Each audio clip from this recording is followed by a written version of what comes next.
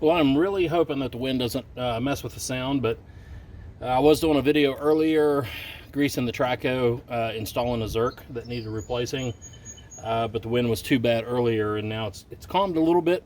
Hopefully it'll hang with us, but one of the things maintenance-wise that you really want to pay attention to, the excavator, the tractor, whatever you're using for a job has got to be right. It's got to be maintained, all service intervals. You just got to take care of it. It's a lot of money invested in them. But the other part is the trailer. This is a used trailer that I bought, and I greased this when I first got it. Haven't had it long, but just going around, I said, well, I better put some grease on the axles, axle bearings here. And I went around, and the very first one, I noticed this thing is deformed and been hit. I said, well, I don't really like that. Well, then I went to go remove. I usually use some needle nose pliers, something with it. And it just started falling apart. Came out of the center, just falling apart. So that's not going to hold the grease in. And when you get one of these missing, it comes out, or you lose this cap, you'll start seeing some grease slung around this, starting to turn black in a very artistic kind of fashion. But I don't want that happening, because if I lose the grease in here, this is going to heat up in the hub and not good. So I'm using the same grease that I use for the Traco, partially because I buy it from the case. But here's what I've got out to replace this. The last time I had to replace one on a different trailer, I'm lucky because I have the same hubs, is I bought two of them. One replaced the one that I needed on the other trailer, and I said, well, I'm going to carry a spare hub that replaces that and the new rubber boot that goes in there. And that way, if I lose one, I don't have to worry about doing a long drive back with the trailer, slinging grease and all that. I could just take this out, replace it, put the new cap in. So what I'm going to do first is show you what all I've got.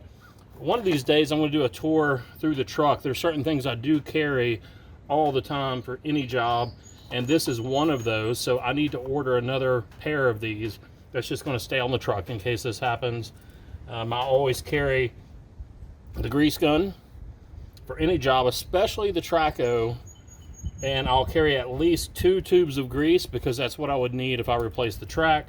But I've always got the grease gun with me, charged up, and then being able to take this out to put this hub back in. This is always on the truck, actually as a shelf support, but it's also a piece that I use to drive it in with this rubber hammer to make sure that goes in even. You wouldn't want to bang on these. I don't know if that's what happened here. I'd say someone hit something. But I'm going to go through some steps here, pull this out, replace it, grease it, and simple video. Well, that was easy. That didn't take a lot of popping to get that off. You can see it actually has stayed pretty well greased. So that actually looks pretty good. But let's put the new one in. Okay, first, getting this set in here, I'm just going to try to get it hand tapped pretty close here. Just kind of wallering around. But then I'm going to use this. I want to evenly distribute force around that circle. So we'll see if I can hold this, get it flat. We're in. So I'll feel around that.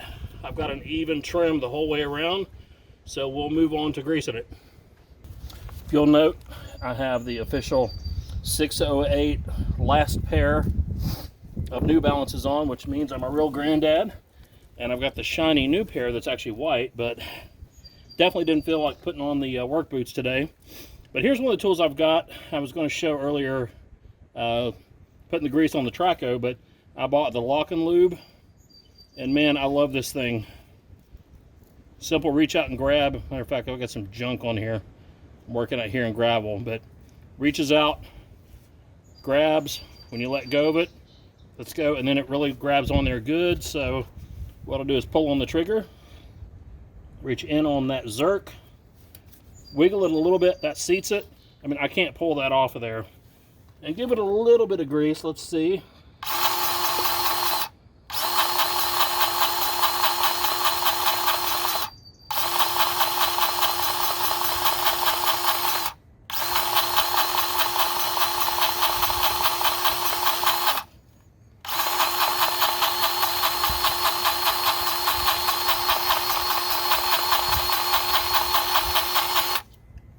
warmer than I was expecting. They've been dry. You don't want to fill up this cavity or super fill it, because it will get hot. It will get warm a little bit and then expand some, but it looks like it really, really needed some. I'm going to do just another dab. We're going to stop. I've got a short trip tomorrow with the Traco, so I'm going to recheck this after I drive and see how much is filling up and slinging. And then I'm going to fill a little bit more in each one of these. Then the next step is the boot. We'll see if we can just get that in there. Usually isn't too bad until something is. It's supposed to be cantankerous. Just trying to get the lip in there without the rubber glove. And it's in. So we're set on that one. Good to go for a little bit. I do want to pull this again. I should be able to take some pliers, pull that out, check and see if it's greased in there, add a little bit more. I'm going to go around and do the other 3 on this for my trip tomorrow. And then I'm going to go start going through a little bit closer check on this trailer. It is used. I don't know the history. I don't know the maintenance. I have put some grease on these before, but I do have some wiring and things that I'll replace in some future video. But if you have this cap missing, the housing, if you have that rubber boot missing, you've got to get that replaced and get some grease in there. If it comes off on the trip, carry you an extra one, and might save you a ton of money on a new bearing set and a lot of time.